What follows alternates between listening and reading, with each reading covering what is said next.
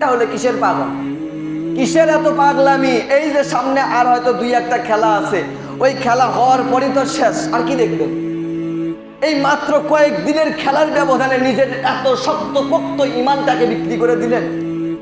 নিজের ইমানটা এতই দুর্বল, এতই একেবারে সহজ, যেটা ইহুদি খ্রিস্টানদেরকে দেখার জন্য বের করে দিলেন একবারে। নিজের ভেতর থেকে ইমানটাকে বের করে দেওয়ার পজিশন করে দিয়েন না, নিজের ইমানকে শক্ত করেন।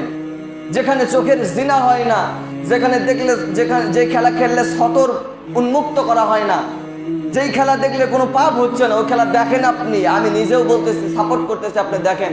তা না করে যারা ইহুদি, যারা মুসলমানদের উপরে যুদ্ধ চালায়, তাদেরকে সাপোর্ট করে, তাদের পক্ষে আপনি সাপোর্ট দিয়ে গান গাইতেছেন আর বলতেছেন খেলার মধ্যে কখনো ধর্ম টেনে আনবা না। খেলা খেলার জায়গায়, ধর্ম নাকি ধর্মর জায়গায়? এ কত বড় পাগল হলে এই কথাটা বলে? ইসলামের মধ্যে খেলা আছে না নাই? কথা বলে, ইসলামের মধ্যে খেলা আছে না নাই? বিনোদন আছে।